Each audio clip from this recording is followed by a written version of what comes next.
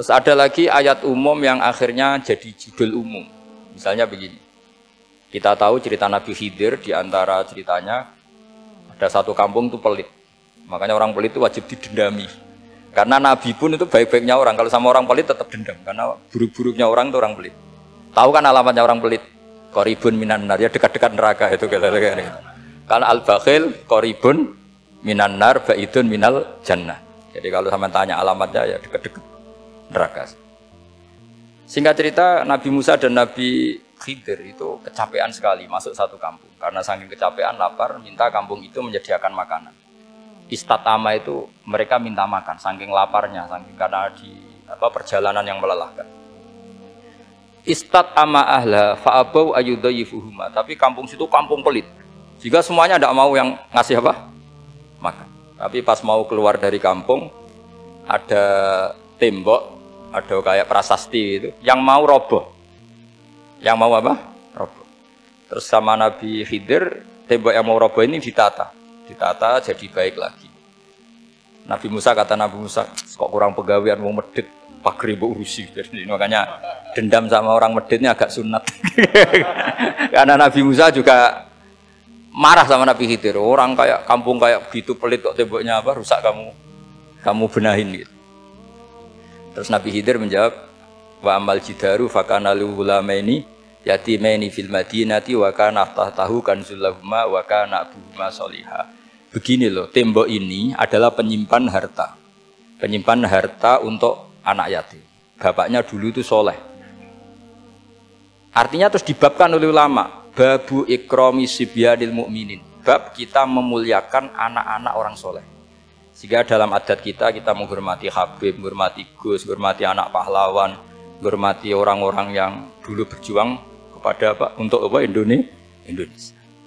Karena di antara yang dipertimbangkan Nabi Khidir adalah wakana abuhuma sholihah. Tentu kita menghormati putra-putri yang dulu mendirikan UII, macam-macam. Ya tentu proporsional, tapi tetap saja dapat poin dulu atas nama putra pahlawan, putra orang-orang soleh. Karena Nabi Khidir ketika mempertimbangkan itu, alasannya wakana abuhuma sholihah. Fa'aroda rabbuka yablugha ashuddahuma wastakhrijakan zaguma. Tentu Allah ingin kalau tembok ini roboh, kemudian kelihatan khazanahnya atau tabungannya, nanti dipakai orang-orang dolim. Kalau dipakai orang dolim, maka yang berhak tidak mendapatkan. Sama, negara ini itu dimerdekakan oleh para pahlawan supaya dikelola secara kesolehan, supaya dikelola secara orang baik. Maka orang soleh semua harus ikut kompetisi dengan tanda kutip merebut negara. Karena apa? Tapi tentu tidak perlu chaos, tidak perlu anarkis, karena tentu kemerdekaan ini dibela-belain supaya kita jadi baldatun thayyibatu wa rabbun ghafur. Sama, pertimbangannya Nabi Khidir, kalau ini kebongkar tersibak, pasti diambil orang-orang dolim. Dan akhirnya yang yatim tadi tidak dapat. Akhirnya dibabkan lagi di bab tertentu. Bab menjaga harta supaya tidak dikuasai orang dolim. Jadi akhirnya menjadi sekian varian ilmu. Pertama, varian ilmu bab menghormati anak orang soleh. Terus bab supaya harta ini tidak dikuasai orang dolim, dan seterusnya. Nah, saya harapkan nanti dengan ulumil Quran kitab Itqan itu, nanti aturan-aturan seperti itu tertanam pada Anda.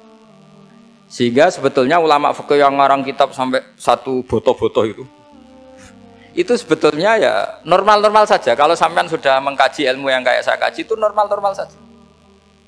Misalnya begini, saya beri contoh ya.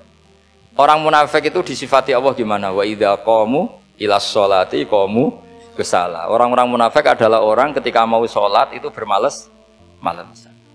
Terus kitab Fathul Mu'in atau Fathul Wahhab atau kitab semua kitab fikih bikin judul gini. Saya masih ingat takbirnya. Wa yusannu nasyatun li sholatin. Disunatkan kalau sholat itu ketok gumrigah, ketok semangat.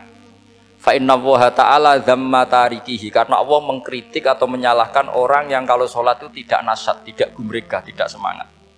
Mergo seperti itu adalah fi'lul munafikin, perilakunya orang munafik. Terus ditulis wa idza qamu ilas sholati qamu kusala. Artinya di situ Allah mengkritik orang munafik. Kenapa? Karena kalau sholat males-malesan. Anda ingin bersifat kayak orang munafik apa bersifat kayak Rasulullah? Tentu ingin seperti Rasulullah. Kalau ingin seperti Rasulullah ya wasari'u ila maghfiratim mir rabbikum. Kalau ada kebaikan harus cepat-cepat. harus disegerakan. Nah, sehingga nanti babnya ya sudah tidak tentang orang munafik. Babnya begini, babul musyaroah ilal khairat wa tarkil kasli. Bab bergesa-gesa atau bergegas dalam kebaikan dan meninggalkan malas. Jadi tidak lagi tentang sholat, tapi tentang kebaikan apa saja. Jadi kalau kamu punya hutang bisa nyaur jam 7, nyaur jam 9 pasti disalahkan Allah. Karena bisa saja dalam 2 jam ini kita mati. Paham ya? Begitu juga kalau kita sholat bisa awalal waktu, kenapa tidak awalal waktu? Meskipun akhir waktu ya dibolehkan. Itu ya tadi babnya ya tentang wa idza qamu, orang munafik itu ya seperti itu. Akhirnya apa? Ayat ini turun tentang orang munafik tapi pemaknaannya Ini disaksikan apa? Orang-orang tua kita ini ada Pak Ersoya, ada Pak On. Pemahaman ini harus dikawal dan ini tradisi ulama. Saya pastikan di pondok-pondok atau di Al-Azhar di mana saja, itqan itu dipakai disertasi dokter.